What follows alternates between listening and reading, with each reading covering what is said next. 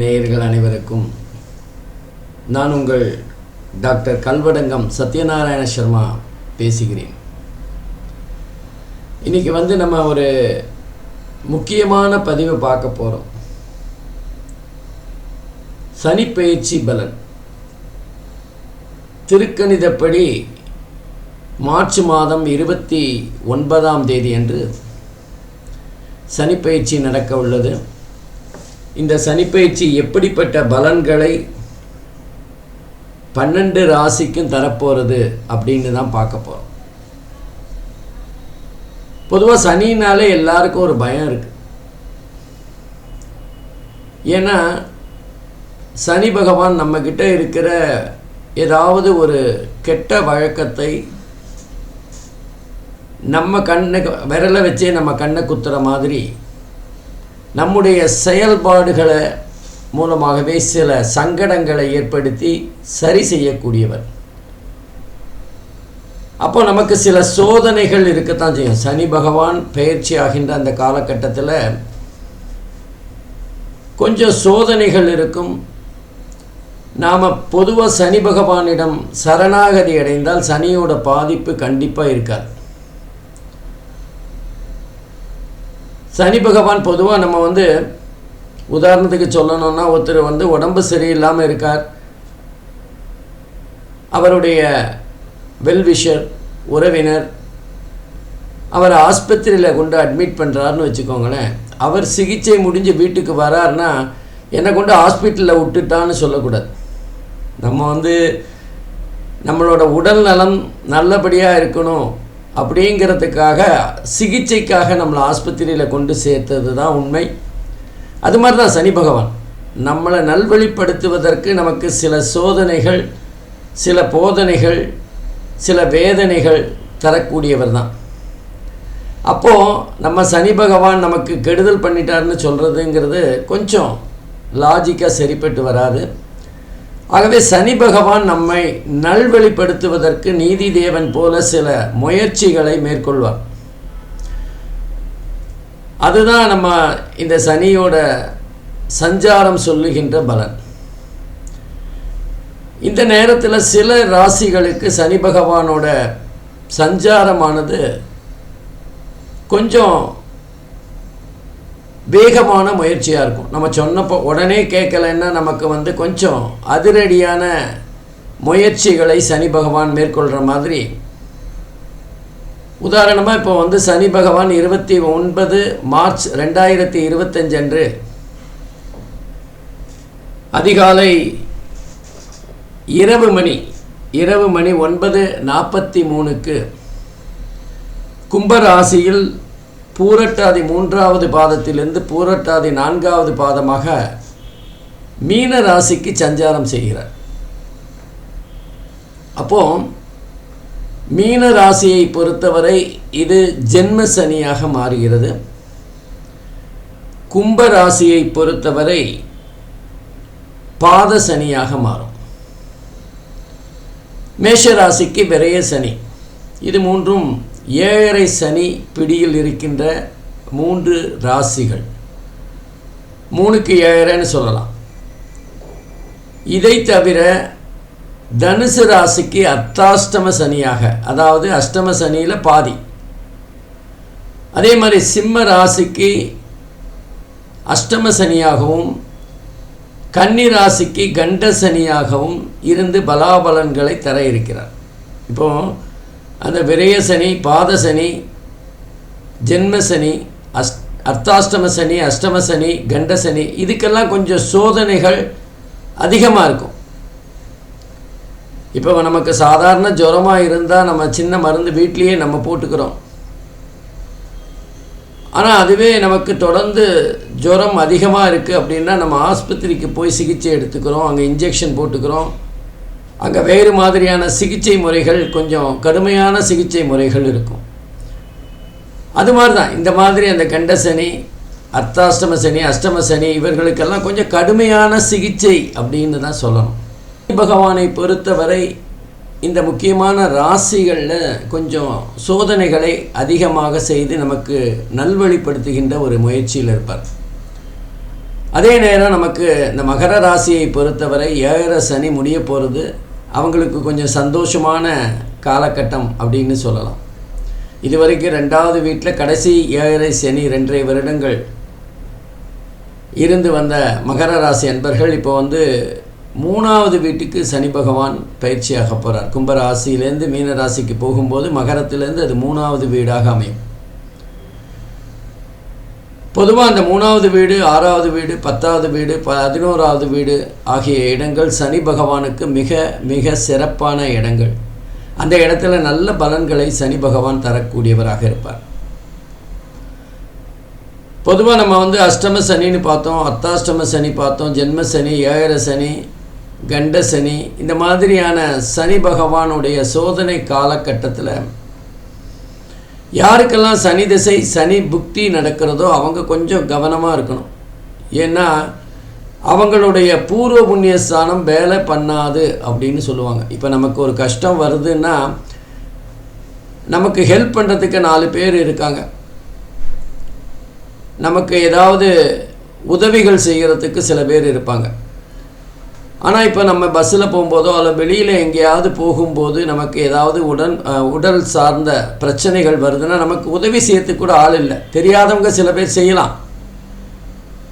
ஆனால் நமக்கு தெரிஞ்சவங்க செய்கிற மாதிரி நம்பி நம்ம போகக்கூடிய வாய்ப்புகள் இல்லை. அது மாதிரி தான் யாருக்கெல்லாம் இந்த சனி பகவானுடைய சோதனை கட்டத்தில் இருக்காங்களோ, அந்த ராசியில் இருக்கிறாங்களோ, அவங்களுக்கு சனி திசையோ சனி புக்தியோ வந்தால் அவங்களுடைய பூர்வ புண்ணியஸ்தானம் வேலை பண்ணாது. அவங்க போன ஜென்மத்தில் பண்ண நன்மைகள் கை கொடுக்காது. அவங்கள தூக்கி விடுறதுக்கான வாய்ப்புகள் குறைவு. அவங்க சோதனைகளை கொஞ்சம் கடுமையாக சந்திக்க வேண்டியிருக்கும்.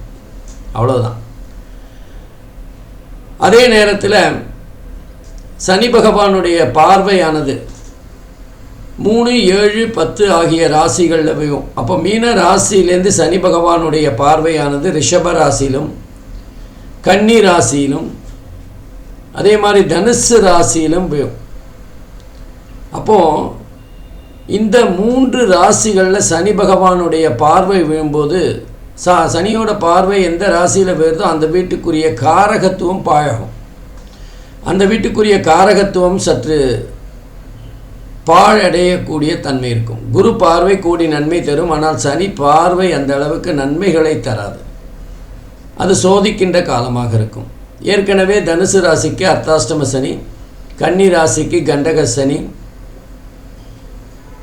அப்போது இந்த 2 ராசிகளும் மிகவும் கவனமாக இருக்க வேண்டிய காலகட்டமாக இருக்கும். இந்த 2 ராசிகளுக்குரிய ஜாதகர்கள் கொஞ்சம் கவனமாக இருக்கணும். சனி பகவானோட பரிகாரம் விநாயகரை வழிபடுறது, அதே மாதிரி ஆஞ்சநேயரை வழிபடுறது போன்ற விஷயங்கள் இருந்தாலும் நம்ம தப்பு செய்யாமல் இருந்தால் சனி பகவான் நம்மளை எதுவுமே பண்ணாது. நம்ம தவறு செய்யாமல் யாருக்கும் கெடுதி நினைக்காமல் இருந்தோம் என்றால் சனி பகவானுடைய சோதனை எந்த விதத்திலும் நம்மை பாதிக்காது. ஆகவே இந்த சனி பயிற்சி பலன்கள் 12 ராசிக்கும் எப்படி இருக்க போகிறது அப்படின்னு ஒவ்வொரு ராசியாக பார்க்கலாம். நம்ம தொடர்ந்து இந்த வருடம் சனி பயிற்சி பலன்களை பார்க்குறப்போ சனி பயிற்சி பலனானது பொதுவாக 2.5 வருஷங்கள் ஒரு ராசியில் சஞ்சாரம் செய்யும். மொத்தம் 30 வருஷம் சனி பகவான் 12 ராசியும் சஞ்சாரம் செய்வதற்கு ஆகும். இந்த 12 ராசிகளுக்கும் சனி பகவான் சஞ்சாரம் செய்ய 30 வருடம் ஆகும். அதனால்தான் 30 வருடம் வாழ்ந்தாரும் இல்லை, 30 வருடம் தாழ்ந்தாரும் இல்லைன்னு சொல்லுவாங்க. அப்போ இந்த சனி பகவான் 30 வருடங்கள் சஞ்சாரம் செய்வது தான் வாழ்க்கையின் சுழற்சி அப்படின்னு எடுத்துக்கலாம். அதே மாதிரி அந்த 2.5 வருடங்கள் சனி பகவான் ஒரு ராசியில் சஞ்சாரம் செய்கின்ற போது அது அந்தந்த ராசிக்குரிய பலன்களை தரும். இந்த வருடம் பொதுவாக 2 வருடம் 2 மாதம் மட்டுமே மீன ராசியில் சஞ்சாரம் செய்ய போகிறார். அதுலேயும் அதிசாரம் இருக்குது, வக்கரம் இருக்குது. இந்த சனி பயிற்சியானது ஜூன் மாதம் 2027 வரை நடைபெற இருக்கின்றது. இந்த காலகட்டத்தில் ஒவ்வொரு ராசிக்கும் எப்படிப்பட்ட பலன்கள் இருக்கும் அப்படின்னு பார்க்கலாம். அது மட்டும் இல்லாமல் நமக்கு தொடர்ந்து குரு பயிற்சி, ராகு கேது பயிற்சி எல்லாமே இந்த வருடம் மே மாதம் காலவாக்கில் வர்றதுனால பிரத்யேகமாக சனி பயிற்சியை மாத்திரம் இப்போ பார்ப்போம். ஒவ்வொரு ராசியாக பார்க்கலாம் வாங்க. அன்பிற்கினிய கடகராசி அன்பர்களே, இன்றைக்கி நம்ம 29 மார்ச் 2025 அன்று நடைபெற இருக்கின்ற சனி பயிற்சி பலன்கள் கடகராசிக்கு எப்படிப்பட்ட பலன்களை தரப்போகிறது அப்படின்னு தான் பார்க்க போகிறோம்.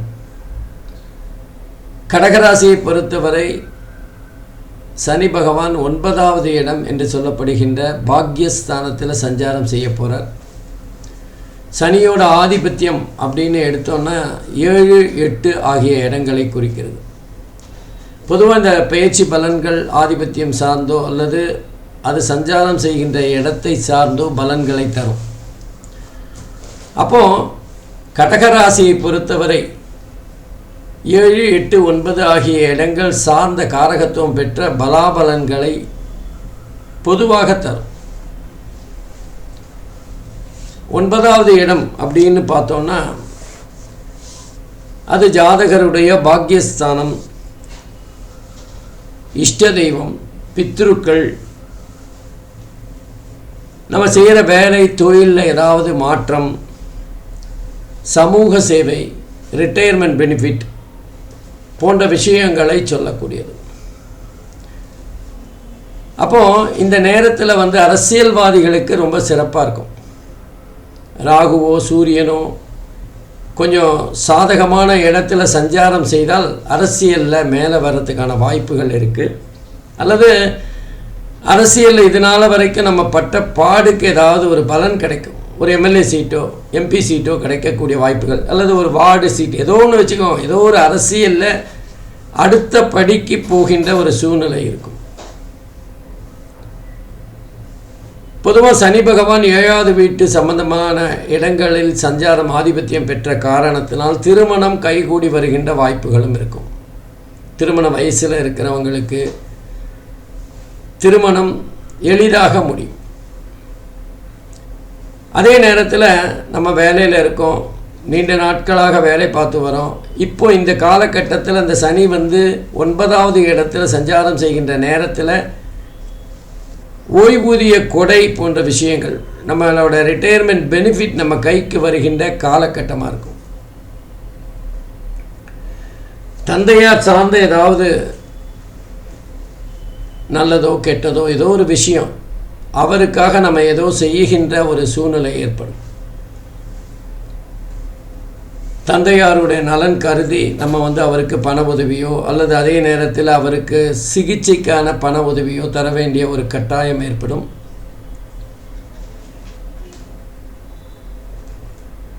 ஒன்பதாவது இடம் அப்படிங்கிறது நம்முடைய தொடை சார்ந்த இடங்களை சொல்லக்கூடியது. அந்த இடத்துல ஏதாவது பிரச்சனைகள் சிகிச்சைக்காக செலவு செய்கின்ற ஒரு காலகட்டமாக இருக்கும்.